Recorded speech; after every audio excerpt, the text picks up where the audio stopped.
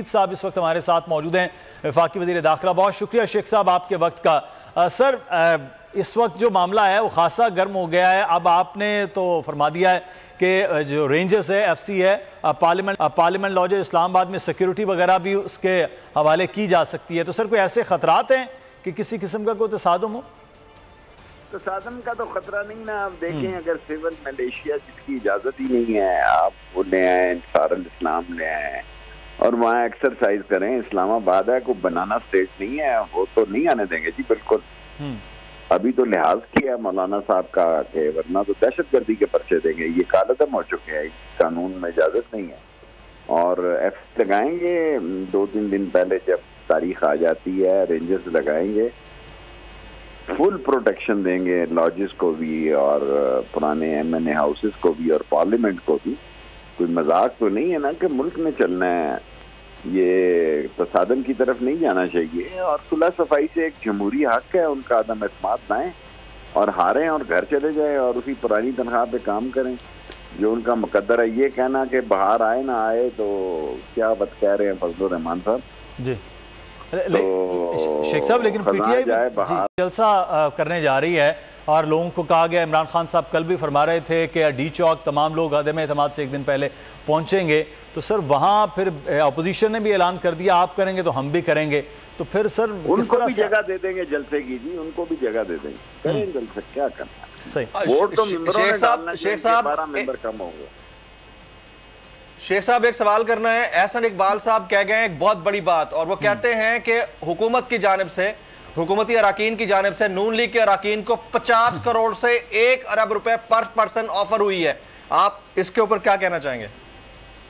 पता नहीं, मैंने तो इतने बड़ी नोट देखे ही नहीं है। इतने सारे नोट मैंने कभी नून लीग की तरफ से, क्या कहा उसने, जरा नून लीग के मेंबरों को ऑफर हुई है?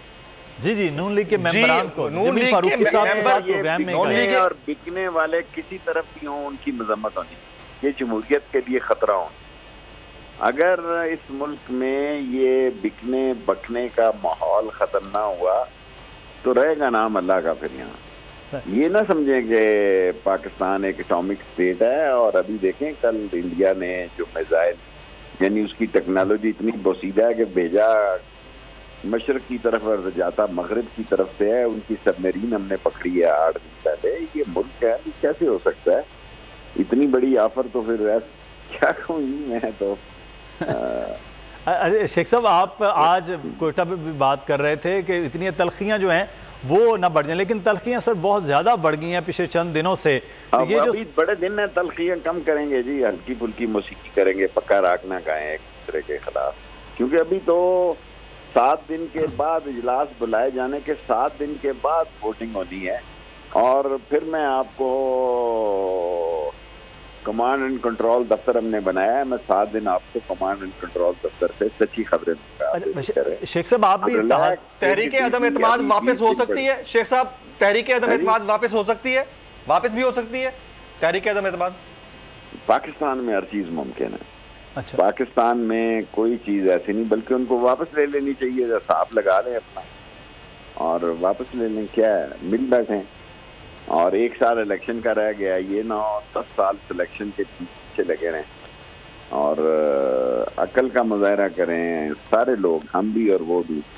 लड़ाई झगड़े से परहेज करें। लड़ाई झगड़ा जो है ना, वो इन हालात में काबिल कबूल नहीं है किसी को। तो शेख साहब, आप भी इत्तेहादी हैं, लेकिन आप तो कह रहे हैं कि खान साहब के साथ आप खड़े हैं, लेकिन बाकी इत्तेहादी फैसला नहीं कर पा रहे। काफ लीग हो गई, JDA, BAP, MKM, क्या वजह है सर?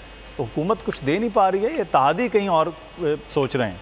मैं तो सिर्फ MKM को जानता हूँ जी बचपन से। वो इमरान खान के साथ खड़ी होगी जब महाजर स्टूडेंट फेडरेशन थी, उस वक्त से मैं MKM को जानता हूँ। मेरा दिल कह रहा है वो नहीं कहीं जाते। बाकी जिसके पास 5 मेंबर है वो भी कहता है मुझे चीफ मिनिस्टर बनाओ। तो हर ख्वाहिश ऐसी के दम निकले। तो अब बताएं ना कि ऐसा तो नहीं हो सकता। हमें सोच समझ के और हौसले से अदम एतमाद को पहले निपटाना है। ये निपट जाएगा तो फिर देखेंगे सूबे में क्या होता है। तो सर, अलीम खान और जहांगीर तरीन, आपका सियासी तज्जिया क्या कहता है सर, कि वो भी फिर MKM की तरह खान साहब के साथ आएंगे या कहीं और सोचा जा रहा है? वो मुलाकातें भी कर रहे हैं?